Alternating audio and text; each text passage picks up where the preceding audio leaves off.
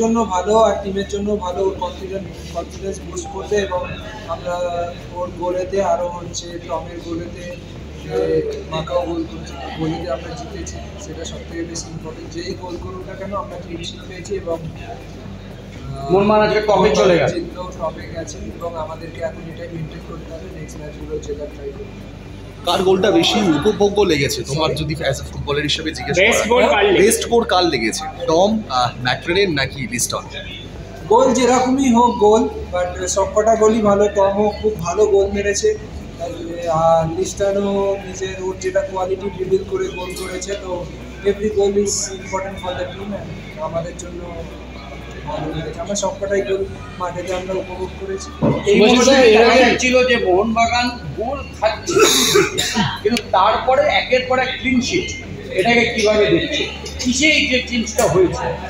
আমরা ট্রাই করছি clean sheet রাখার জন্য। টিম যত বেশি সেট হবে দিন বা দিন আমরা আরও বেশি নিজেদেরকে কম্প্যাক্ট করার ট্রাই করবো এবং গোল কম কনসিভ করার ট্রাই করব।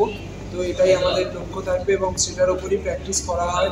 আর আমরা ট্রেনিং সেশনও বেশিরভাগ ডিফেন্সিভ ট্রেনিং সেশন বেশি হয় যাতে আমরা গোল কনসিভ কম করি। তো কোচ মনিকা স্যার এটার উপরই বেশি ধ্যান দিয়েছে যে ক্লিন শিট রাখতে হবে।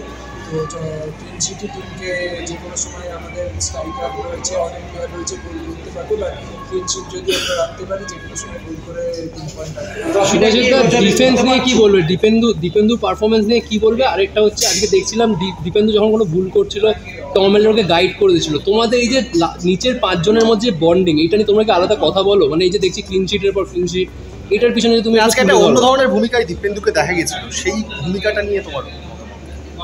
দীপেন্দু আগেও বলেছি যে ভালো প্লেয়ার, টাইমের সাথে সাথেও যত গেম টাইম পাবে নিজেকে ইমপ্রুভ করবে এবং আজকেও চান্স পেয়েছে, আবারও নিজেকে মানে ইমপ্রুভ করার ট্রাই করেছে এবং আমরা ক্লিন শিট করেছি, তার জন্য হচ্ছে গিয়ে খুব ভালো। এবং দীপেন্দু লাইক আগে গিয়ে আরও টেবিলের টপে থাকে কি এবার একটা আলাদা প্রেশার, মানে জায়গাটা মেনটেন করার জন্য এটা কি একটা অ্যাডেড প্রেশার নাকি না অন্যভাবে দেখো? বেঙ্গালুরুকে নিয়ে কি আলাদা একটা চিন্তা রয়ে যাচ্ছে? একদম গায়ে গায়ে রয়েছে তারাও।